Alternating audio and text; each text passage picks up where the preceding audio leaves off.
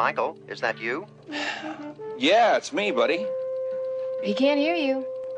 Oh, okay. Tell him I'm fine and I'm looking forward to working with him. Me too, bro. Sick bay ain't my style. I'm the Night Industries 2000, sure enough. Ready to ramble, ready to roll, ready to strut my stuff. Does he always talk like that? No, absolutely not. Does he always talk like that? No. He's just picked up a few colloquialisms during his reprogramming. I'm working on it. Speaking of working... Oh, yeah. Look, let's get out of here and get a cup of coffee, huh? Strut my stuff.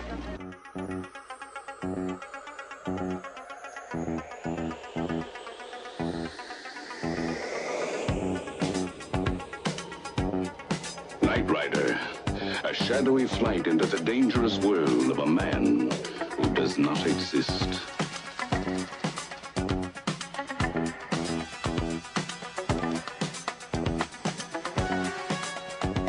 Michael Knight, a young loner on a crusade to champion the cause of the innocent, the helpless, the powerless, in the world of criminals who operate above the law.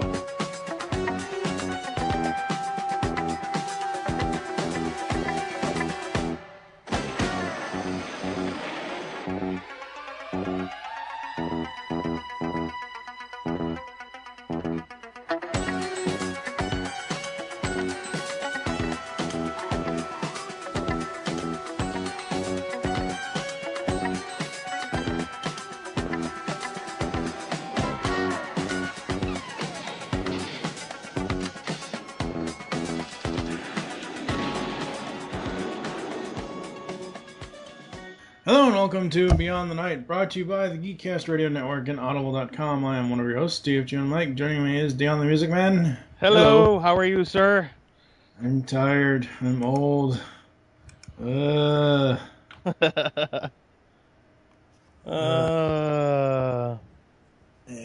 it's been one of those kind of years so far, and it's not even half over yet. I know. That's sad. Yeah, it's very sad. We're just coming up on May, and it's just like, blah. Yep.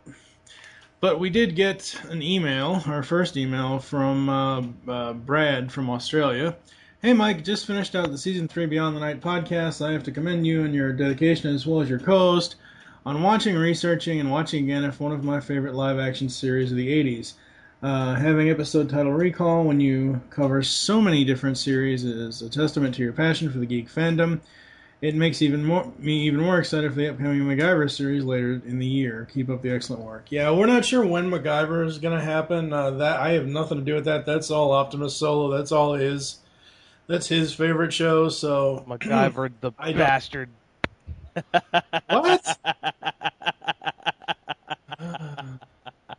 MacGyver give Kid a run for his money. Oh, though. I know that. I understand. It would actually be kind of funny to see those two just like a competition.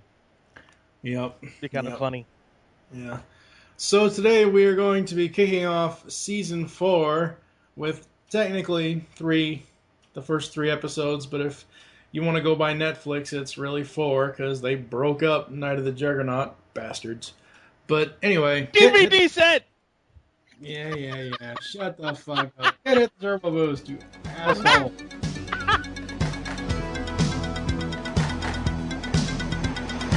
Call me Ishmael. What? Our game, Michael. Don't tell me you've forgotten already. Call me Ishmael. Everyone knows this book. All right, call me Ishmael. Let's see. That's gotta be, sounds like Hemingway. Wrong. Good morning, Michael. Call me Ishmael. I beg your pardon? The first line of what novel? Moby Dick by Herman Melville. Everyone knows that. Oh, man, it was on the tip of my tongue.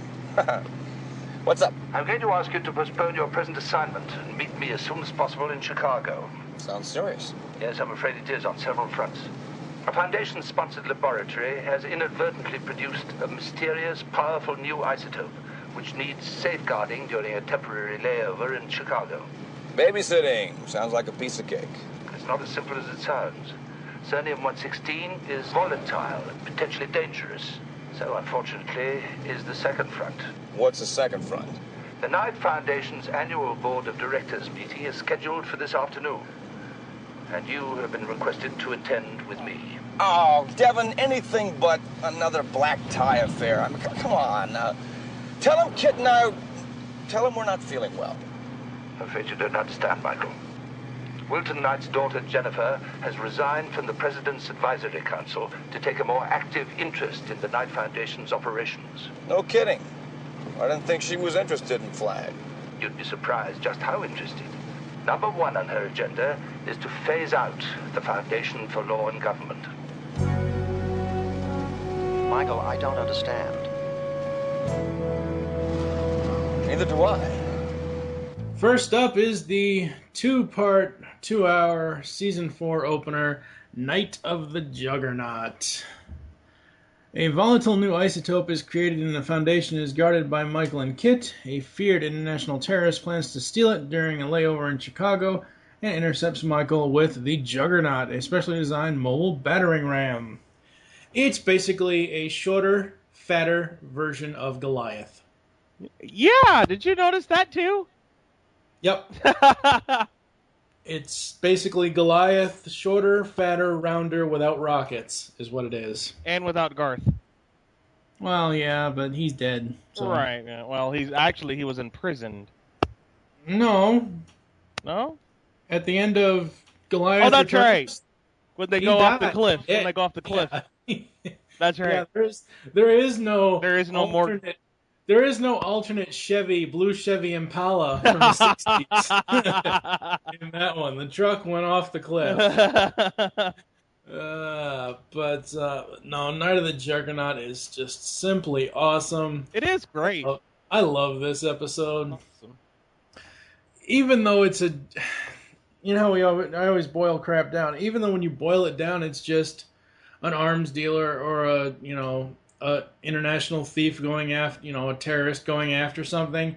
This episode has so much going on. First of all, the battering ram destroyed KITT more than Goliath ever did. Oh man, from the inside out. I know, and this time Michael was in it. Yeah.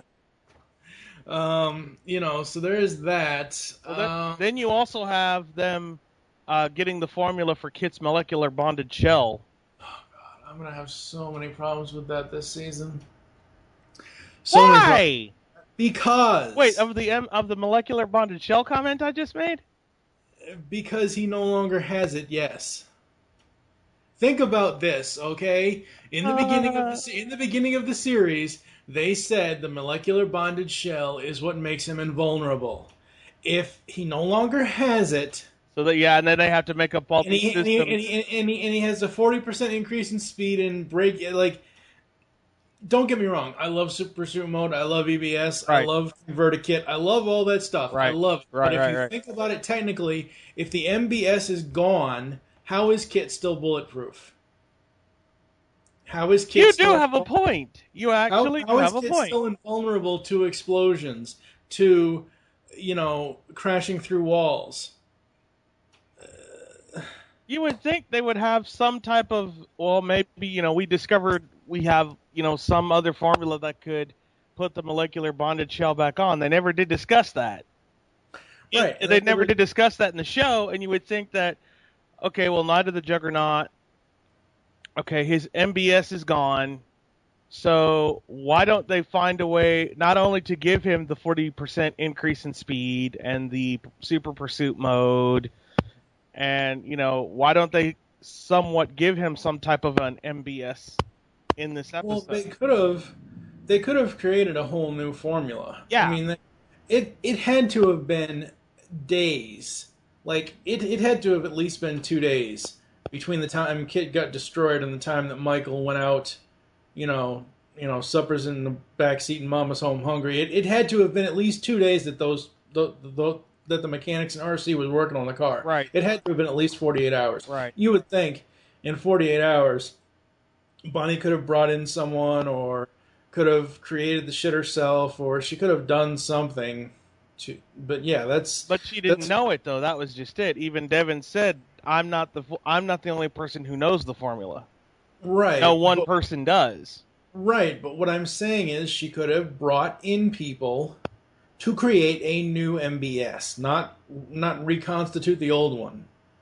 Create a new, yeah, a whole brand new formula. right, that would still say molecular bonded shell, but it's a new and different formula than what the old one was. Right. So that's going to be pretty much my entire That's going to gripe. be my complaint, I think. Well, my entire gripe for the entire season is that there is no more MBS. How is KITT invulnerable, bulletproof, missile proof, whatever? That's going to be my main gripe throughout the whole season. Right. But as far as this episode goes, this episode was so awesome. It was. The plot just flowed very, very nicely.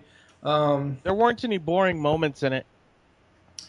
Well, I mean, except maybe like if, when KITT got destroyed, that was to me, like when I first saw Night of the Juggernaut, that was pretty heartbreaking to see that, because it was like, oh my God.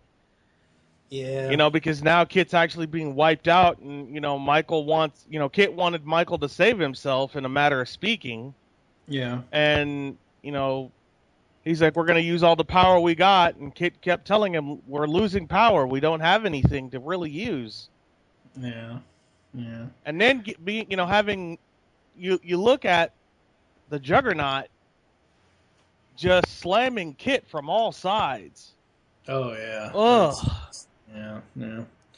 But as I said before, I think it was episode 21 or 22, John Considine is back. This time he's playing Nordstrom. Yes. What's her name? Oh, God. Not Luce.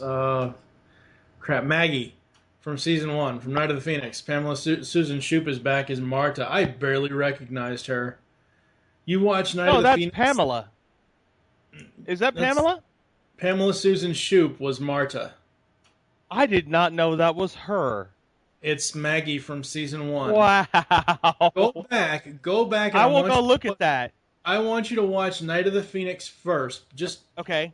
Watch Night of the Phoenix, and then watch Night of the Juggernaut. It is the same actress, 2 different characters. Just older. I did not recognize her at all. Just older. Wow. Yeah. I'll go back and look at that now, because wow. And of course, as I mentioned before, Hauer was also in a previous the actor that plays Jim Hauer was also in a previous episode of season 3. So, but no, the plot is good. Everything that happens is good. Now, you've pointed out to me in the past that they basically use cover songs of famous songs. Yes. I could have sworn that was Tina Turner. No. That was no cover. That was a cover song. Well, it's her song, but I could have sworn it was her singing it, too. No. What? No, that is not. It's her song, yes. Right. But it is not her singing. No. That's crap. No. Anytime any episode, in all these episodes, every single song is the original. They just use cover bands. Cover bands. That's crap. What they basically, the reason they did that, and you know why. Money.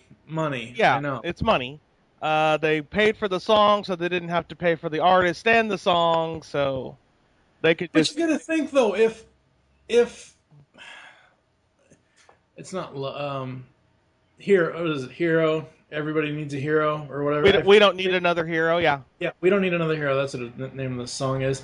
You would think, though, if that song had already been released on a disc, why couldn't they have just bought the rights to play that song instead of having to bring in? You would think that if why didn't they buy the rights to every other set, song that was used in used in the series? I know, but I'm saying it in general overall with all of the songs in the series. If a song is already out, if a song has already been released, why not just pay that artist the money that it would cost to have it in, whatever it is, 5 or 10 minutes or 5 or 10 seconds in a television show, versus bringing a cover person in, having them re-sing the song. See, that's what makes no sense. Now, you see what I'm saying? Right. They're spending more money bringing in cover people when they can just pop in a damn cassette and play the actual artist's song. And then make a soundtrack out of it that goes with the series or something like that, and the artists get paid along with the record companies. Yeah, but that didn't happen, No, sadly. no. So. But no, that was not Tina Turner singing it. That was a cover artist singing her song. I don't know.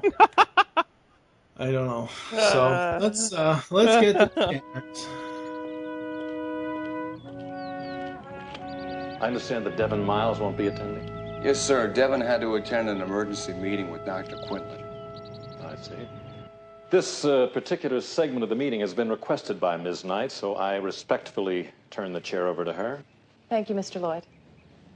Gentlemen, I'll get right to the point. Generous though the Knight Foundation's resources may be, they are finite. They demand choices. We find ourselves on the cusp of a new age, an age of technology, of quantum leaps in pure and applied research. Witness the discovery of Cerium-116.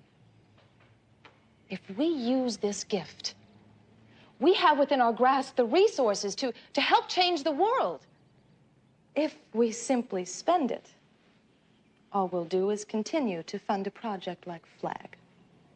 To borrow a phrase, gentlemen, a picture is worth 1,000 words. Jeffrey?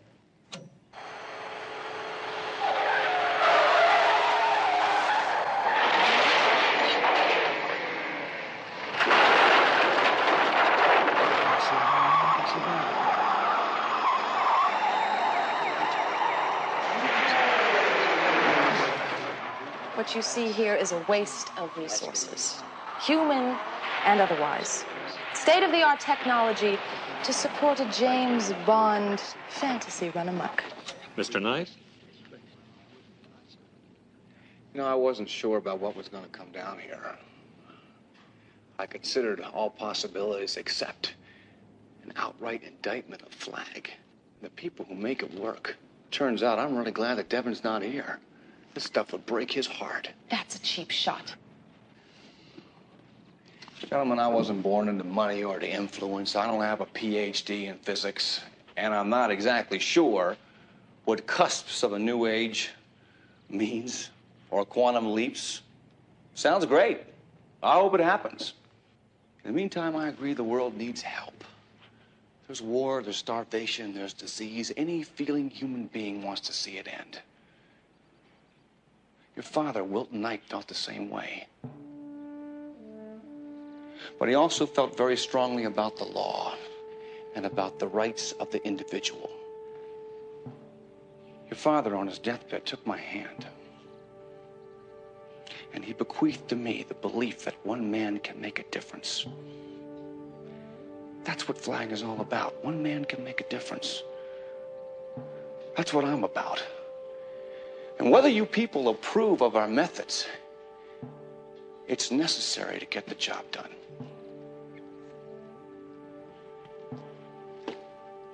That's it.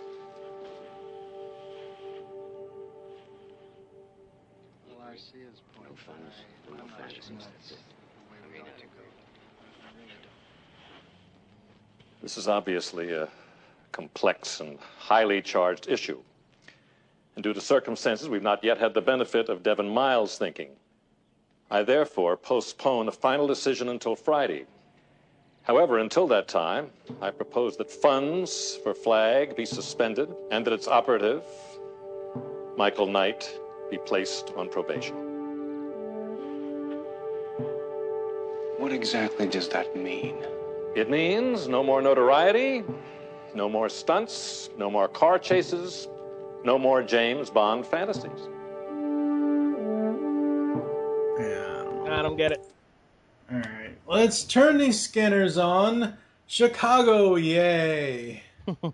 It's not. I don't remember them going too far east. They pretty much stayed out the western part of the country for most of the series, or some little rinky-dink town in the southwest or something like that. Chicago is probably the first time I've seen them go that far east before. It is. It's the first time we've ever seen them go east. They were always out on the west coast. Yep. SPM and ABS rule. So awesome. Another thing I noticed about the Ramrod Uses the same growling sound effect as Goliath. Yeah, it does. Yep. Super Pursuit time. Oh, good. Kit's got his ego going now. He wanted a new configuration and he got it. Yep, he got it indeed. One of the things I was gonna say, one of the funny, it was funny, but it was a funny comedic moment, but it was before KITT got destroyed, and that was what was kind of sad, and I don't think it should have been inserted here, but it was when Michael comes out. It's the scene where Michael comes out, and you see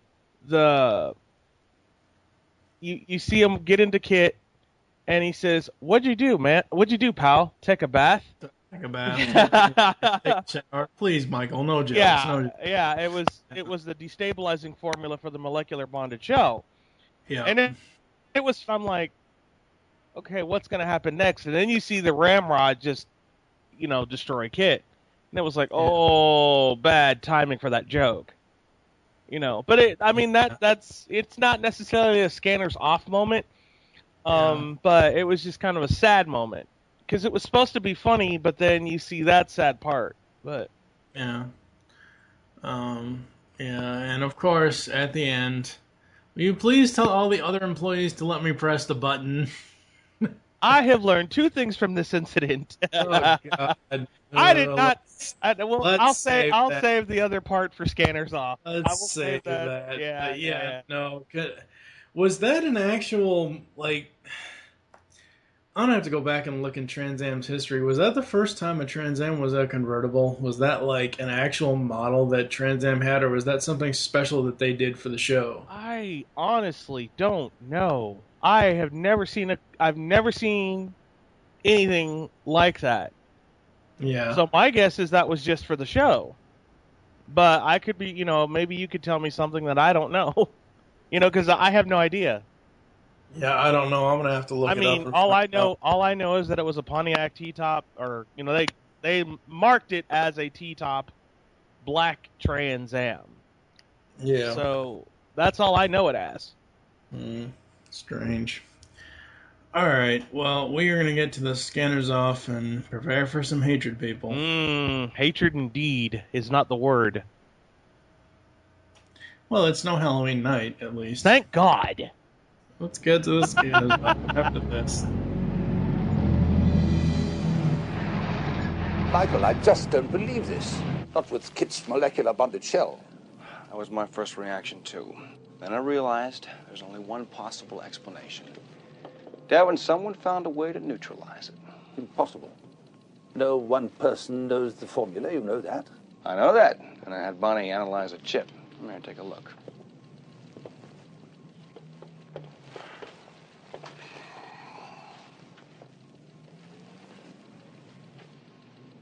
It appears to be fragmented. Devin, it was sprayed with a destabilizing agent, especially formulated to do exactly what it did. I know where it happened and when, and one of the key players involved. Dr. Quinlan's doe-eyed little assistant. Martyr? Michael, you can't be serious. I'm dead serious. Are any of his internal systems still intact? I'm afraid we have an enormous job ahead of us. I see. So what you're saying is that, to all intents and purposes, KITT is dead. I wouldn't exactly put it that way. Well, that's the essence of it, isn't it? I'm afraid we must face the facts. Bonnie, you're to return to the Foundation with KITT and await further instructions. Michael, you're always complaining about aborted vacations. Well, now's your chance. Now? Yes, 4 whole weeks to do with as you please. What is going on here? You just don't throw KITT away like a TV set or a toaster. What about the assignment? What about the security of Cernium 116? As far as security is concerned, I'm satisfied that it is perfectly adequate. As far as KITT is concerned, well, look at him. Face the facts. He's dead. I'm sorry, but that is my decision. Michael, send me a postcard. Call me Ishmael. I beg your pardon? You remember? First line from a classic novel? You were right. It was Hemingway. Of course. I don't believe what just happened. Michael, what is wrong with him? You're not gonna believe this either, but that's not Devin Miles. Don't ask me what's going on here or how it happened, but that is not Devin. You're not going back to the Foundation. I'm not going on vacation. We're gonna stay right here and we're gonna rebuild KITT ourselves. Michael, you don't just... Why don't you just go with me on this, okay? Find a garage. We got less than 24 hours before they can move the Cernium. We got less than 24 hours to figure out what's going on here. All right, let's turn these scanners off. No more James Bond fantasies. I want to punch that guy so much. Oh, good Lord. Yeah, all those board members can kiss my ass. I did not like Jennifer Knight at all. Oh, God. I'm sorry, but you're talking about your father? Like that? Yeah. I'm sorry. You don't. To support a James Bond fantasy. What? Yeah, I like that she finally came around, but I just... Yeah, do you know why? Because Michael finally made her come around. Well, yeah, but that's... Yeah, but see, that's the thing, That's though. what pissed me off about that whole episode. It makes no sense to me about anything to do with her character, because she wants, all of this stuff to stop with Flag, but yet she wants the Knight Foundation to go do other more charitable endeavors, yet she's living in this giant mansion. Yeah, I don't get it either. Or was that a country? I couldn't tell if that house or whatever it was, I couldn't tell if that was her house or if that was a country club she was at, even though we only saw... Because I could have sworn when Michael walked up to her, I could have sworn in the background by the house itself, I saw like a gardener or somebody moving around in the background. I'll have to look at the episode again.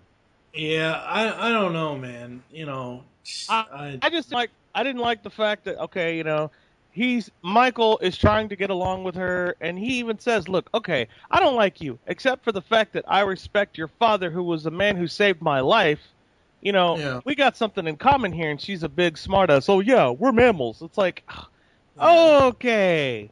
And he's trying to tell her, look, the man you're trusting is not the real Devin Miles. Yeah. He's actually trying to warn her, and she has to find out for herself that he was right. Yeah, she's just a dumb bitch. I really wish they would have, a couple of things. Well, the other thing too is that, what I was going to say, the other thing is, they should have brought her in for season 2. Because, and the reason I say that is because of the Garth Knight reference.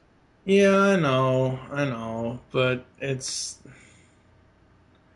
because she knows about Garth Knight, so it's like, all right, so... Well, he is her brother. Right, I understand that. So. Right. She is his sister. So, I was like, okay, so you're pissed off because you don't like Michael Knight because he looks like Garth Knight, who Garth Knight was a criminal. Michael Knight is a good person, but yet you don't like either one of them. But where were you in season 2 when he was alive? Yeah. And why do you have to wait till season 3 to bring her into the story now? Season 4, yeah. It was just something to deal with the whole fact of, we must, band together to save Flag and blah blah blah. Yeah, but Michael was doing all of it anyway. Yeah, that's true. Before we move on to the next episode, this is not a scanners off moment, even though I'm going to mention it here, but oh no. Oh boy. What did you find? I didn't find anything. I just find the Street Avenger funny. What the fuck is wrong with you? Oh, come on, that's funny. The Street Avenger. RC before he. Yeah. The dummy rifle and shooting. That was actually that. You know what? Those parts were actually comic relief in a sense. Yeah, they were. They were kind of funny. They were. All right, so let's go on to the next episode of the day. You have to deal with that car of his at the same time. Okay, pal, super pursuit mode.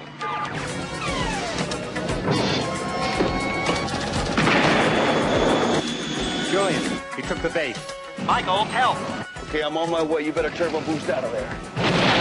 Michael, I'm in trouble. They got Karen, now they got KITT. I'm the one they want here. Open up, Knight, or I'll kill the girl. No, Michael, don't do it!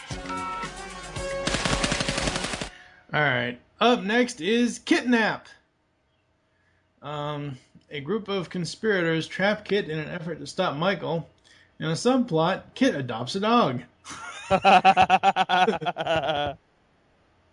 Oh, man. Okay, I think that part of the plot is cute. Yeah, that's the only good part of this plot. Because the rest of it's, no, seriously. All the rest of this episode is two former friends. One who wants to be a master criminal, the other one who wants to frame him and get out of the life.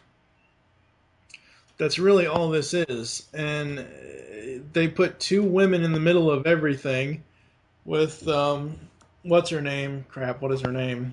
Gina. Is it Gina or Jody. Lucy or Joe? No, not Jody. Karen? Yeah, Karen, that's what it is. Karen. Yeah. Between Karen and Jody, they put them in danger, but yeah, this episode is just kind of lame. It kind of depends, because if you think about it, I mean, yes, there is a subplot, but on the other hand, you have like you said, somebody who's trying to get out of the criminal business and escape with his life and have all this money, and, you've basically got two people working against each other. They were supposed to be friends growing up. Yeah. Yada yada. And But coming off of Night of the Juggernaut, this episode is lame as hell. There's just yeah. Like, I love that they will continue to do this throughout the rest of season 4 for the most part.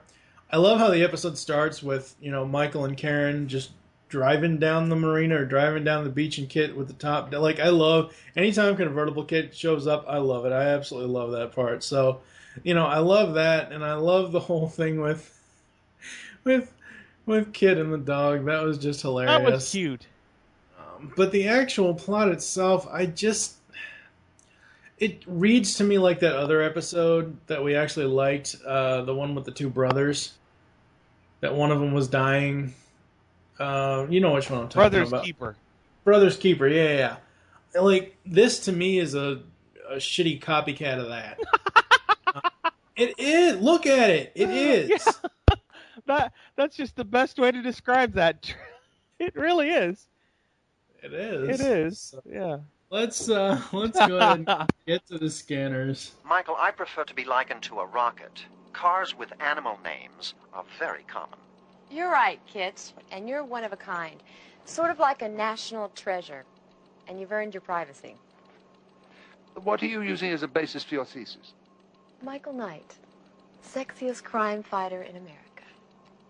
I think the final interview should be held by candlelight at a very private party on a very private sailboat. Karen, thank you, but would you consider doing me another favor? Anything. Would you adopt a small dog? Doug? You might say he's a friend of mine. Then I did see what I thought I saw. No wonder I've been feeling itchy lately. Sorry, Michael, he needed a place to hide, and fleas are not a serious ailment. Goodbye. Alright, let's turn the scanners on. Obviously, as I've already stated, I love Converter KITT. That's just awesome. KITT aids and abeds a dog. I love Michael. He goes, did I just see what I thought I just saw? What did you think you saw? I thought I saw. Never mind. I think I should have finished that cup of espresso. Yeah. and then at the end, he's like, I did see what I thought I saw. No wonder I've been itching. And then KITT's like, sorry, Michael, but he needed a place to hide, and fleas are not a serious ailment. Yeah. And then Devin has this straight look on his face, like, goodbye. Yeah. And I love the teamwork between Michael and RC on this one. I think that's great. I think it was really interesting. It's like, because you always have to wonder if KITT ever gets stolen or captured or whatever else. Michael turns around in the semi bay like, oh crap, what am I going to use for transportation? And I love that they use the cab of the semi. Yeah. That was so awesome. That was so cool. That was great. Oh, that was awesome. What did you like about this one? KITT saying that he had claustrophobia Was because it it's when they remember. He's trapped in the container, and Michael's talking to him. He's like, can you read me? He's like, yeah, and he's talking to him, and he's like, I'm still trapped in this claustrophobic container and can't send lateral transmissions, and I mean, it was, it's like, okay, a car saying that it's like a car saying it has claustrophobia. Okay, cute. So, Oh, that's so funny. I also like the fact that RC can jump over cars and slap a guy. Yeah, his acting abilities improve over time. Yeah. I mean, I've seen David flip over cars, but I'm like, alrighty then. Yeah. Alright. I honestly, even though I don't like this episode as a follow-up to Night of the Juggernaut, and even though I don't like the main plot of the two friends wanting, one wanting to get out and one wanting to stay in, and the other one basically that wants to stay in just kills the even though I don't like that much, I didn't really write anything down for Scanners Off because this episode was just kind of there. Yeah. It was just there. It wasn't, I think honestly the whole subplot of, KITT and the dog that's make up. Just too cute. Yeah, that makes up for the crappy A plot that we had. So we're going to move on to the final episode of the day. Unless my demands are met, I think it would be appropriate if you were the first hostage to be executed. Whatever Zurich's got planned, the code name is Deep Sleep. Michael, Zurich has cut the deadline in half. Bonnie and the hostages are being held in a government-restricted area. The entire field is ringed with landmines. Devin, you know I'm going in. Let him come. Let him commit suicide. It's Michael Knight, isn't it? Michael, there's rockets coming in. Alright, lastly up today is Sky Knight. Okay. Bonnie's plane is hijacked and the passengers are held hostage by an ex-intelligence agent played by Ron O'Neill who wants money and political prisoners set free. Okay, I like the fact that they're giving Bonnie some sort of character development, the fact that she's going to my hometown in Boston, Massachusetts for her sister's wedding and all that, but it's a little late for that thought. No, that's not what I'm referring to when I say that. You just said about Bonnie getting some character development. It's a little late for that because they should have done that in the previous seasons, like 1 or 3. So right, what's not in 2? But every time that she's been in an episode, she's been working as the tech, right?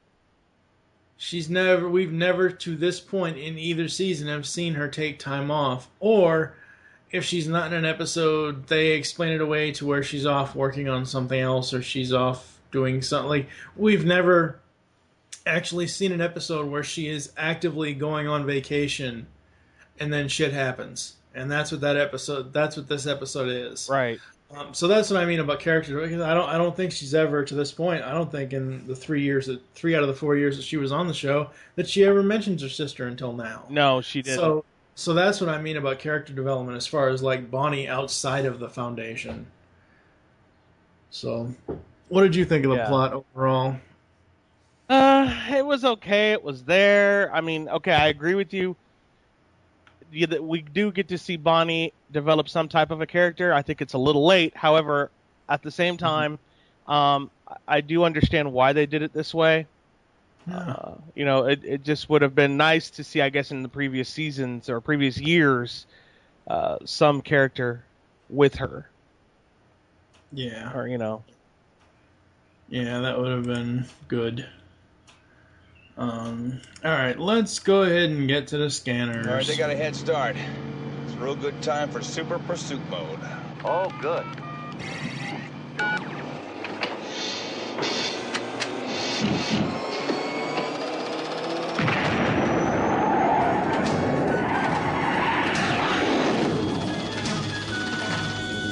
Alright, let's turn the scanners on. Nick is acting 3 times his age at first. Remote controls tapping out Morse code. No, I'm not even talking about that. I'm talking about before he even gets in a fucking plane. He's hitting on Bonnie and Oh, I know that. I'm just scotch and soda. I was like, oh god, what is this kid's deal? At least he's no Elliot though. Well, we can thank God for that. Yes, exactly. Hey, look, KITT in a plane. He would travel by plane 26 years later. It's the exact same type of plane that they used. Was it really? Go back. I'm not saying it's the exact model, but it's the same shape type with the thing opening up. Go back and rewatch KRO8. It's the same. It's the same type of plane. Wow. Yep. KITT went skydiving. Literally. But see, this is what makes, and I like the fact that basically Michael dumped KITT out of the plane and had parachutes, whatever else. But this makes no sense to me because of the simple fact that this has happened before. When they went off the cliff in Goliath, KITT has flown before. But he's afraid of flying. He even says so. Right, but what I'm saying is, like, it wasn't, like, he's said it in the past, but you would think, I think the only reason why they said it in this episode is because, Bonnie's kind of scared of flying and whatever else, but he had already been flying before regardless of him saying he had fears of it, because he has said in the past of, let's, never do that again, blah, blah, blah, but here they make it a big point of saying, I'm afraid of flying. But you've done it before, you dumb shit. It's not like you haven't, like, don't get me wrong, I love KITT, don't get me wrong, but it's like, it's not like it hasn't happened already. Well, it's like Diamonds, and I'm going to go back to a season 2 reference, but it's like in Diamonds Aren't a Girl's Best Friend, where KITT's like, I don't want to fly, and Devin's like, but you've never flown before, and KITT makes the statement of, one doesn't have to dislike, dogs to get bitten by one, and it's like, okay, so we find out that KITT's afraid of flying. But even in Diamonds Aren't a Girl's Best Friend, if we find out there, by this time, he should be over it, because he's done it a few more times since then. Is my point. Yeah. What did you think about this one? Like I said, remotes tapping out Morse code. I found that quite funny, but yet strange. Yeah, very, very strange. What else did you like about it? I don't know who the older lady was, but it was the lady who was playing the mom. The mother, yes. Mother. While they were all, in this doomsday the bunker. And, she's basically being a smartass to this guy. Barbara Townsend played Mrs. Swanson. Barbara Townsend? Yeah. I know I've heard her voice somewhere before. But, I've seen her before. I've seen her act before. I don't remember where. But, yeah. But anyway. That's interesting. Who was Mary? Was Mary one of the flight attendants? Mary? Yeah. It doesn't say. I mean, she didn't have a speaking role, did she? I would assume she did, because it was Susan Blue that was playing her. I will have to watch the episode again, because I don't remember her talking. I do know that. I would have to look at the. I think she was one of the. She would have to have been one of the flight attendants or one of the other passengers. Right. So you're right. I'd have to look at it again myself. But anyway, I liked her, and I liked the fact that Ron and the Barbara's son, get into that little scuffle of a fight. Yeah. That was kind of interesting. Madam, I chose to under the option of power. I'm like, wow. Yeah. And I've seen him before. I don't know where, but I've seen him before. The new Dawn leader, the black guy. Yeah. I've seen him in other stuff. I might have to look at him look him up before we end the episode. As far as Scanners Off go, even though I know I've seen that the actress that does the mother and the son, but jeez, you want to talk about, a mom complex? Holy crap, those characters, Jesus. You just seem like you're about to lose your. Yeah. Well, okay, but here's the other thing. It doesn't make any sense to me. If Bonnie works for the Foundation, she very rarely asks for anything.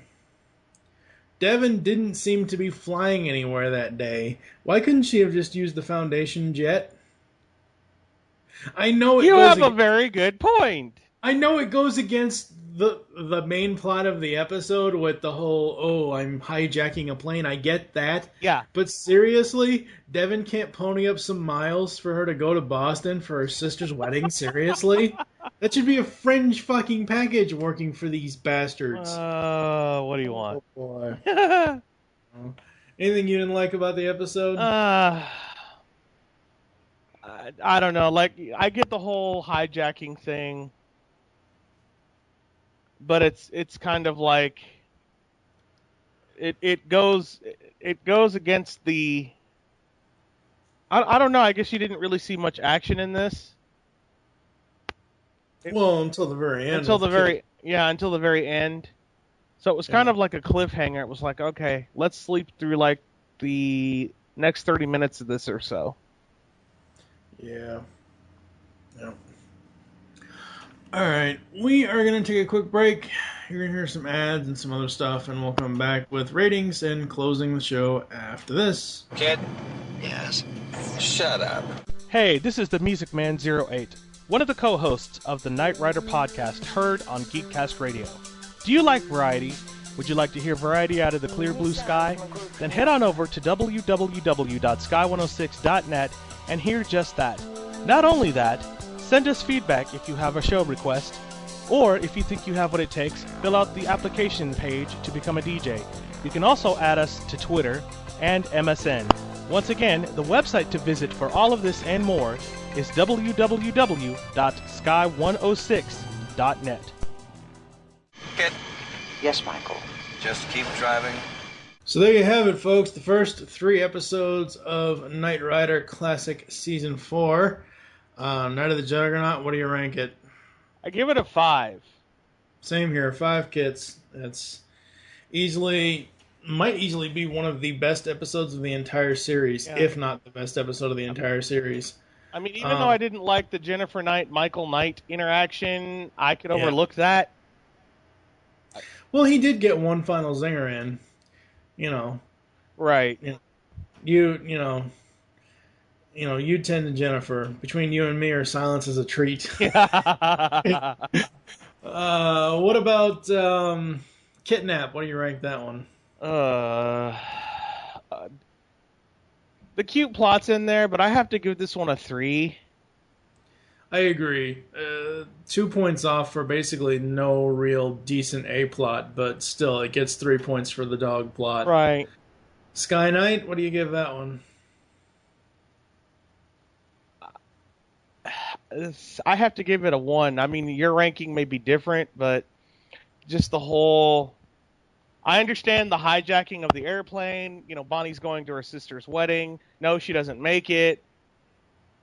But you're dealing with a doomsday device that could kill people, and whatnot. It's it's a terrorist type thing. I personally have to give it a 1. I'm going to give it a 2. It's not... It wasn't... It's one of those episodes that's just there. Yeah. It's not an episode that... It's no Halloween Night. In my personal opinion, it's no Halloween Night. No, it's not. No. It's no Race for Life. It's no... What is it with you and Race for Life? Damn it! I hate that fucking episode. But it's not it's not it's not a forget-me-not. It's just one of those things where it's there for me. It deserves a 2 because that's like the lowest I can go, but I wouldn't be able to go any higher than that either because 3 out of 5 to me is like kind of middle ground. I know technically 2.5 would be middle ground, but like a 3 out of 5 is a solid score. But no, I just found it like, when is this episode going to be over? Hurry up. Yeah, it just hurry up and tell me pacing another one. too slow, yeah. All right. You want to tell the people about your other stuff that you do? The other stuff I do, you can catch on Saturday nights from 6 p.m. to 9 p.m. Central, 7 to 10 Eastern, only on www.sky106.net. And we finally do have a promo that you can hear between breaks. So you actually get to hear me advertise this twice, aren't you lucky, the listeners? Anyway, check us out on there. Check us out on Twitter. Follow us on MSN, even though Skype is used for that. That's okay. I don't care. Send us feedback. Check out the schedule. And if you think you have what it takes to become a DJ, then please fill out the application. We would be more than happy to have you on our staff doing shows. Awesome. All right. That's going to do it. Thank you for joining us here on Beyond the Night. There are several ways to get in contact with us or leave feedback for the show. Visit the website, geekcastradio.com. You can email us feedback at geekcastradio.com. You can also join our user forums, which is forums.geekcastradio.com. Follow us on Twitter, at Beyond the Night is the show Twitter. Mine is TFJ and Mike. What is your Twitter? My Twitter is themusicman08. Become a fan on Facebook. Go to facebook.com/Geekcast Radio Network. Call the voicemail line. Tell us the show you're leaving the message for and your name. 502-526-5821. We hope you enjoyed this episode of Beyond the Night and wish you'll join us next time when we will be reviewing 4 more episodes of Nightmare Classic Season 4. Those being Burial Ground, The Wrong Crowd, Night Sting, and Many Happy Returns. Oh boy. For now, I am TFG and Mike with The Music Man 08. And we're going to have the whole team close the show as we find out what purpose is the C button for. 3, 2, 1. C button. C button. Whoa! That's incredible. Whoa!